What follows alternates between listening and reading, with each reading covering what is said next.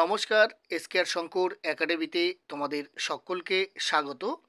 আজকে ভারতীয় সংবিধান থেকে 20টি এমসিকিউ জিকে আমি তোমাদেরকে প্রোভাইড করব। আজকের প্রথম প্রশ্নটি হলো, পার্লামেন্টের সম্মতি থাকলে জাতীয় জরুরি অবস্থা কতদিন জারি থাকতে পারে? অপশন: 1 বছর, 1 বছরের দীর্ঘ, 3 বছরের বেশি, না 6 মাস।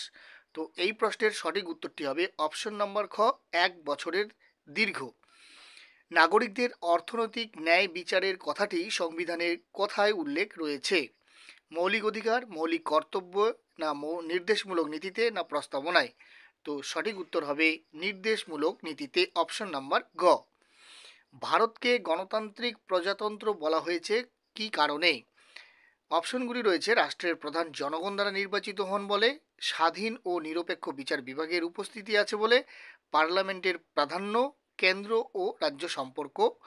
তো এখানে সঠিক উত্তরটি হবে অপশন নাম্বার ক, রাষ্ট্রের প্রধান জনগণ দ্বারা নির্বাচিত হন বলেই ভারতকে গণতান্ত্রিক প্রজাতন্ত্র বলা হয়।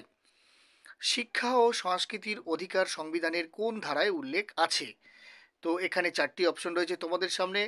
প্রথম অপশনটি হলো 30 ও 31 নম্বর ধারায়, 31 নম্বর ধারায়, 28 ও 31 নম্বর ধারায়, না 29 না 30 নম্বর ধারায়।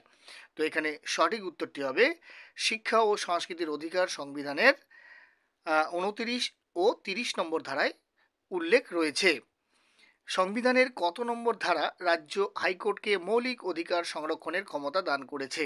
32 নম্বর ধারা, 32 ও 226 নম্বর ধারা, 226 নম্বর ধারা, না 306 নম্বর ধারা?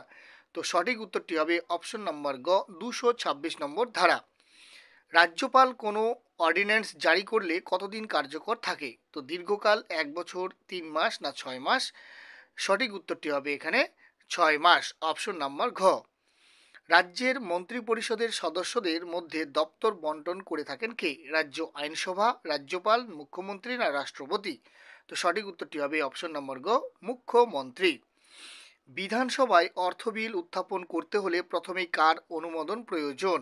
রাজ্যপাল, রাষ্ট্রপতি, স্পিকার, না মুখ্যমন্ত্রী?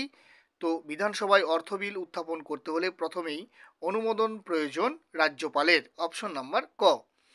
কেন্দ্রীয় উচ্চপদস্থ সরকারি কর্মচারীদের পদে নিয়োগের জন্য নির্বাচন করে থাকেন কে? সংসদ, রাষ্ট্রপতি, ইউপিএসসি, না প্রধানমন্ত্রী? তো সঠিক উত্তরটি হবে ইউপিএসসি। ইউপিএসসি গঠন করা হয় ভারতের সংবিধান অনুসারে। আর এই ইউপিএসসির মাধ্যমেই কেন্দ্রীয় উচ্চপদস্থ সরকারি কর্মচারীদের নিয়োগ করা হয়ে থাকে। ভারতের সংবিধান সংশোধন পদ্ধতি বর্ণিত হয়েছে কত নম্বর ধারায়?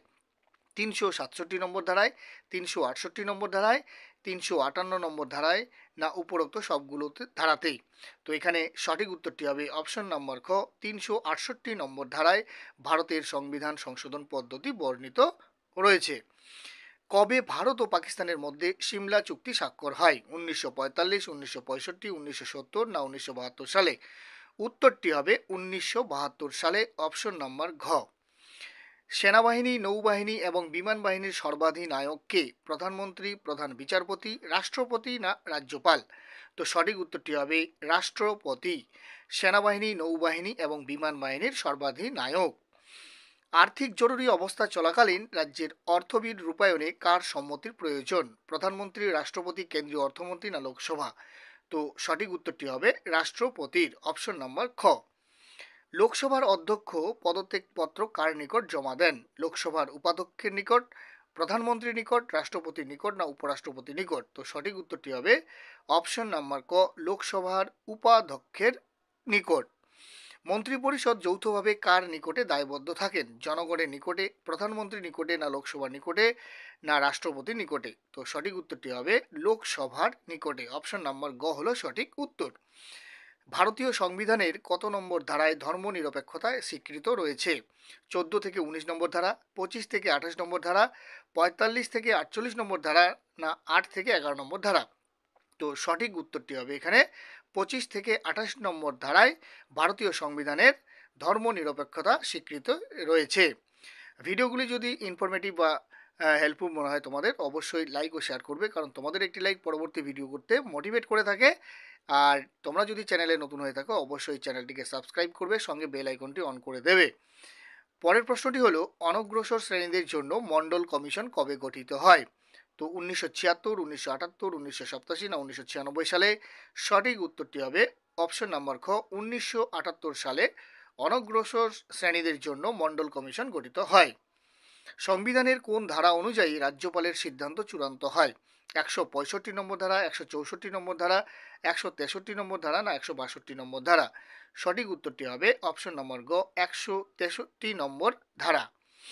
সংসদের কোন দুটির বিলে রাষ্ট্রপতি তার সম্মতি দিতে বাধ্য থাকেন? অর্থ বিল ও সংশোধনী বিল, অর্থ বিল ও তহবিল, অর্থ বিল ও রাজস্ব বিল, সংশোধনী বিল ও শিশু সুরক্ষা তহবিল? তো এখানে সঠিক উত্তরটি হবে অপশন নম্বর ক, অর্থ বিল ও সংশোধনী বিলের ক্ষেত্রে সংসদের রাষ্ট্রপতি সম্মতি দিতে বাধ্য থাকেন। ভারতের সংসদ গঠিত হয়েছে নিম্নের কোনটি নিয়ে? রাজ্যসভা, লোকসভা, রাষ্ট্রপতি, রাজ্যসভা ও লোকসভা, প্রধানমন্ত্রী, স্পিকার ও লোকসভা না কোনোটি নয়?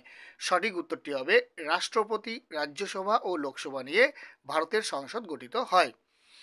উপরাষ্ট্রপতিকে শপথ বাক্য কে পাঠ করান? রাষ্ট্রপতি, ভারতের প্রধান বিচারপতি, প্রধানমন্ত্রী না লোকসভার অধ্যক্ষ?